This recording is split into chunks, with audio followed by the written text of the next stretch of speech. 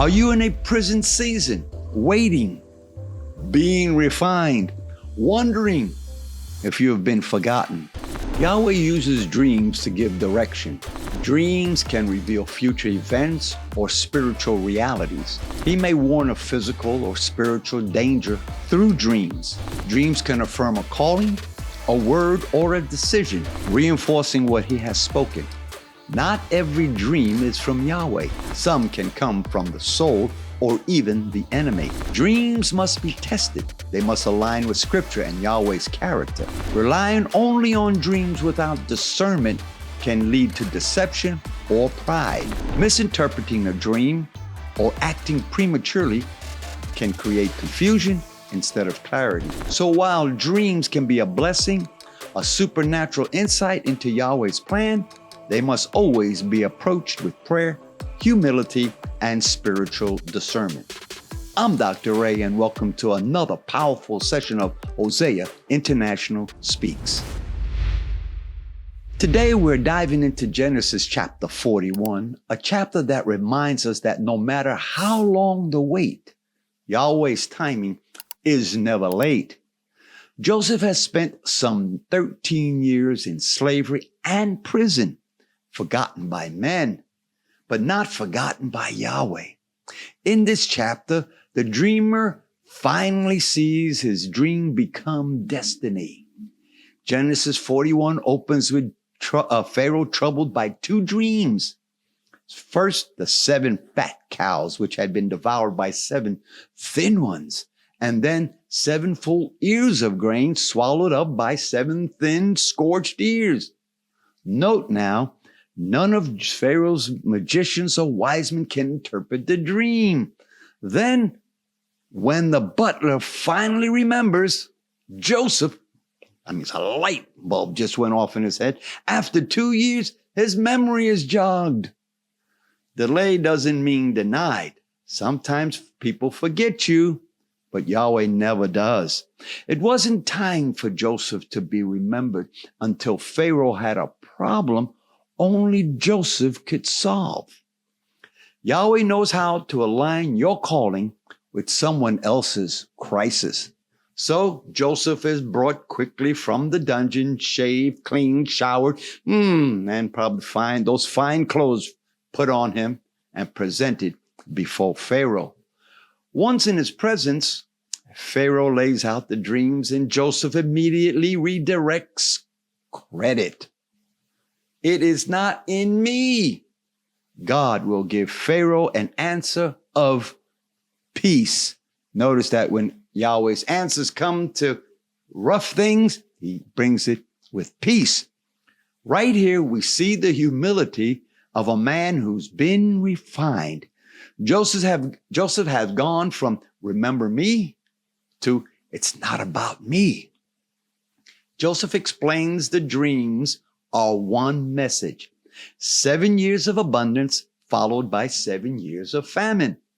Then he boldly gives Pharaoh advice on what to do. That's not just dream interpretation. That's leadership, strategy, and wisdom wrapped together. And what does Pharaoh do? He appoints Joseph as second in command, prime minister over Egypt. From the prison to the palace, all in one day. It's a divine promotion that had been in the making for over a decade, maybe 2. Pharaoh gives Joseph his signet ring, royal clothes, and a gold chain, and a new name to go along with it, Zaphanath-Paneah. And Potiphar, and probably remembering what went on in Potiphar's house, he even gave him a wife, Asenath, the daughter of an Egyptian priest. Joseph is now managing an empire during a global crisis. He stores up grain during the 7 years of plenty, so much that the record keepers stop counting. Then famine strikes, but not just in Egypt, but the entire region. And people begin to come to Joseph for bread. This isn't just Joseph's rise, it's the activation of his prophetic purpose. He's now positioned to save not just Egypt, but ultimately his own family, who will come seeking food, and probably the known world. And did you catch the pattern? Joseph didn't just interpret the dream, he lived into it. He became the solution, the answer, the vessel, the voice through which Yahweh would preserve life. So let me ask you today, has Yahweh given you a dream, but the door still seems closed? Are you in a prison season, waiting, being refined, wondering if you have been forgotten? Chapter 41 of Genesis teaches us that Yahweh's delays are not always denials. He knows how to bring you before kings when the time is right. Kings, queens, presidents, prime ministers, governors, mayors, congressmen, or senators. But it's not just about arriving.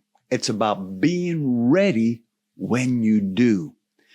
Joseph's integrity, humility, and spiritual clarity were shaped in the dark so that he could shine in the light. You don't need men to open the door.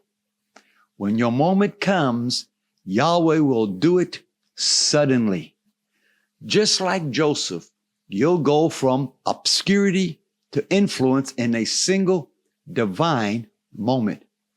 Beloved, don't despise the pit, the prison, or the process. Because when the dream becomes destiny, it won't be your doing. It will be Yahweh's glory. Well, we'll leave it here for the time, and we'll come back here. We'll return next week. If this message spoke to your heart today, would you consider sharing it with somebody who needs encouragement in their waiting season? Hit the like button, probably right about there. Subscribe if you haven't yet. And if you feel free to reach out, you can reach me at either HoseaInternational@yahoo.com or HoseaIntSpeaks@gmail.com. And if you've led to give, go ahead and you can scan one of the 2 QR codes now up on your screen. I'm Dr. Ray, and this has been another episode of Hosea International Speaks.